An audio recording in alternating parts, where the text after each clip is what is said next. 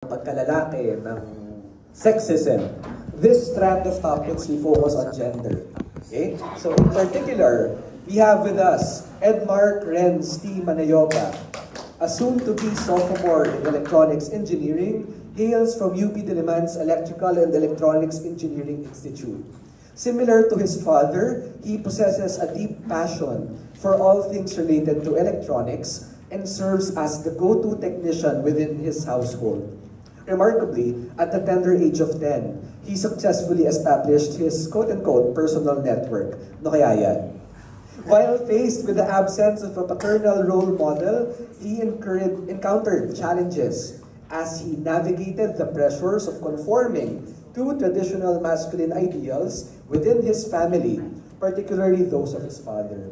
So, what if di ko kailangan mag-man up? Let us welcome Renz.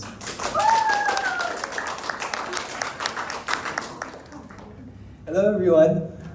I want to start my speech by introducing you si Ed. Sino si Ed? Si Ed ay isang retired OFW na nagtrabaho siya ng 30 years sa Saudi Arabia. Lumaki siya sa Albay at sa pamamagitan ng pag-uuling at pagkukopras, ispinend niya yung kanyang kabataan para kumita ng pera. Kalaunan rin ay pumunta siya sa Manila para maghanap ng trabaho. Dito niya nakilala si Mirna, isang data encoder sa isang pribadong kumpanya, kung saan rin nagtatrabaho si Ed bilang isang elevator technician. Yung dalawa, nagbunga ng pagmamahal ang dalawa. Kaya, kinailangan ni Ed na pumunta ng abroad para matustusan ng bago niyang anak na pinangalang Mary. Sumunod naman ay ang ate kong Hana, sa Ate Iza, at syempre ang pinaka-cute sa lahat. Ako yun. Ang bunso nila kapatid. Ayun, bilang nag-iisang lalaki sa pamilya ko, palagi akong nire-remind ni Papa na kailangan ko daw mag-man up, magpakalalaki, mag-mature. Pero bilang bata, parang ano yun, Ed? Ano yun? Ano yung pag-man up? Ano yung pagpapakalalaki? Ano yung pag-mature? Ever since I was a kid, I found it peculiar how everything seemed so patriarchal. Makikita natin to sa advertisements. Makikita natin sa Ariel at sa Smart na fini-feature ang mga kababaihan na naglalaba at naglalaba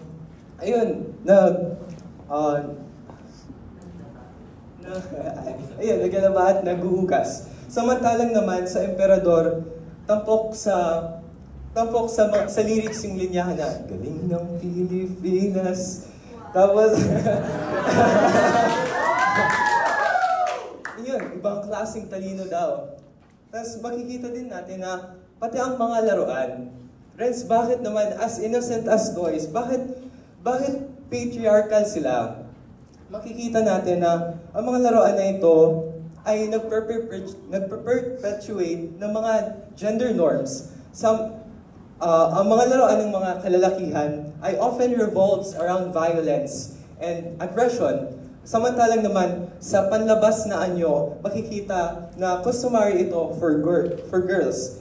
At din pag sinabing masculine na laro ng mga lalaki, parang it fosters spatial skills, creativity, and fondness for science, whereas sa babae naman, it nurtures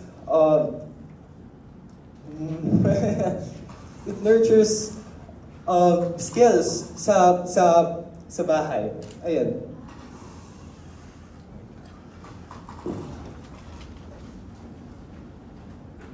So yun nga, makikita natin na sa advertisement at sa mga laruan na very patriarchal ang ating society na sa murang edad, hinuhubog nito ang ating isipan na ganito lang dapat ako, na ito lang yung kailangan kong gawin, na bilang lalaki, dapat akong maging aggressive, maging strong.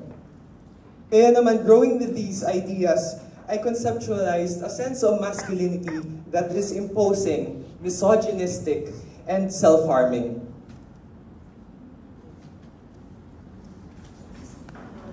Gawa nga ng pag-a-abroad ni Papa, feel ko napagkaitan ako ng isang best friend, isang kaagapay na sa pag navigate ko sa lipunang ito na very patriarchal.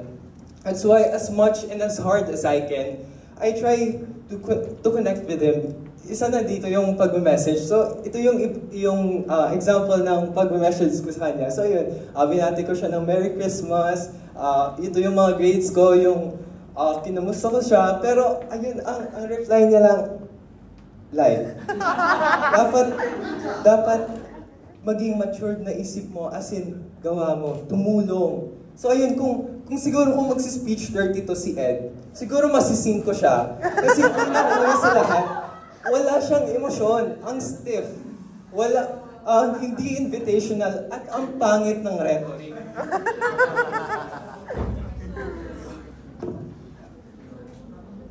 So ayun nga, like Papa, men are expected to be emotionally strong, detached even, because showing affect meant revealing vulnerabilities. Pinapatunayan ito ng status incongruity hypothesis na sinasabi ang men ay criticized when they show weaknesses and when they lack agency. So yun, pag sinasabing parang ang lalaki walang control sa isang bagay,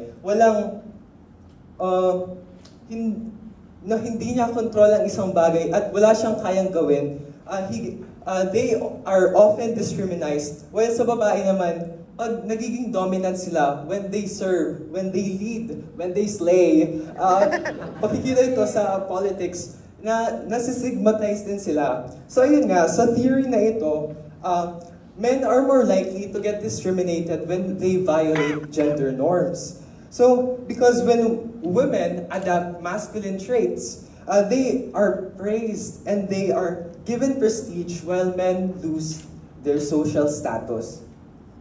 As a result, men continue to internalize these expectations in fear of being discriminated and excluded for being seen as weak and inferior. Gusto sana nun maging teacher ni Mama, pero sinabihan ni Papa na hindi na daw, siya na lang ang maghahanap buhay at sa loob na lang ng tahanan si Mama para alagaan kami. So yun, we see now men frequently assume the role of breadwinner. 76% sa mga kalalakihan face a lot of pressure to take on the financial burden of raising their family. This pressure to be manly is more likely to prevent men from speaking and from seeking help. This explains why depression among men often gets undiagnosed. Men with strongly held traditional beliefs are only half as likely to seek preventive health care compared to men who hold more moderate views. So yun nga, there's this one time na iniyakan talaga nila Mama si Papa kasi ayaw niyang magpa-check up despite feeling unwell and meron na din siyang mga symptoms sa illness. Pero ayaw pa rin ni Papa, pero ramdam ko yung rason kasi ayun, lalaki ako. At yung rason na yun, feel ko kapag if ever man ma-diagnose siya with something, feel niya masiseen siya as weak and something that he needs care.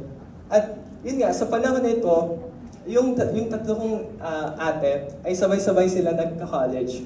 So, ito yung panahon na sa tingin ni Papa, hindi dapat ako maging mahina, hindi dapat ako sumuko, hindi dapat ako gumastos sa mga gamot, mag-check up, kasi wala siyang pribilehiyo. Kaya, ang kinailangan ni Papa ang mag-man up. Kinailangan niyang magtrabaho, kumayod, mag-overtime, hindi kumain, magutom, hindi makauwi ng Pasko, ng New Year, ng mga birthdays, graduation, debut ng mga ate ko, at kahit pagpa-opera ni ate. Playing these roles demand energy, which meant that this kid went through a lot. research shows that this kid has gone through heightened stress, anxiety, and emotional exhaustion.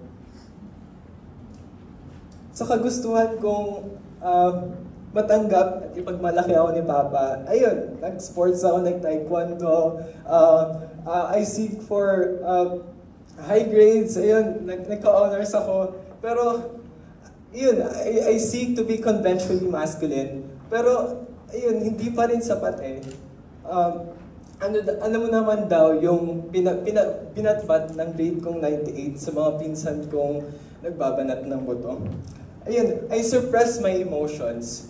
I become this, I adapt this entirely new personality whenever I'm around him. And being queer myself, this also meant denying and concealing part of me. Kaya yun, gusto kong umiyak, gusto kong magalit, gusto kong sisihin si Papa kung bakit sa tingin ko, takot ako maging ako, kung bakit kailangan kong itago yung sarili ko, kung bakit kailangan kong mahiya sa sarili ko, kung bakit feel ko hindi ako enough, feel ko hindi ako katanggap-tanggap. Pero hindi ko yun magawa kasi alam kong part din si Papa ng patriarchal na society ito at isa lamang siyang victim. Although our stories of hurt might differ, but the same pain resonates. Minsan, gusto ko na lang mag-come into terms na sa ideyang, ayun nga, na parang since nagpapakahirap siya sa amin, parang yun na lang yung maibabalik ko na at least it's the least that I can do kahit na it's at the expense of my own happiness and well-being. Sa tuwing aalis si Papa, I feel responsible na punan ang puwang na iniiwan niya sa tahanan namin. Ito na naman, kailangan kong magpakalalaki, kailangan kong magpakatatag, kailangan ko naman maging haligi ng aming tahanan. At sa mga panahong ito, sana man lang, people would initiate in conversations that redefines masculinity, that learning and raising awareness about the complexities of gender and the psychosocial effects of traditional norms. And by reflecting on one's belief in being open to change, sana man lang merong mga representatives sa mga katulad ko na that would fight for the passage of the SOGI Equality Bill. Sana man lang ang batang ito may kasama siya sa mga panahong he would get emotionally and verbally abused. Sana man lang option ang what if di ko kailangan mag-man up. Ayan lang.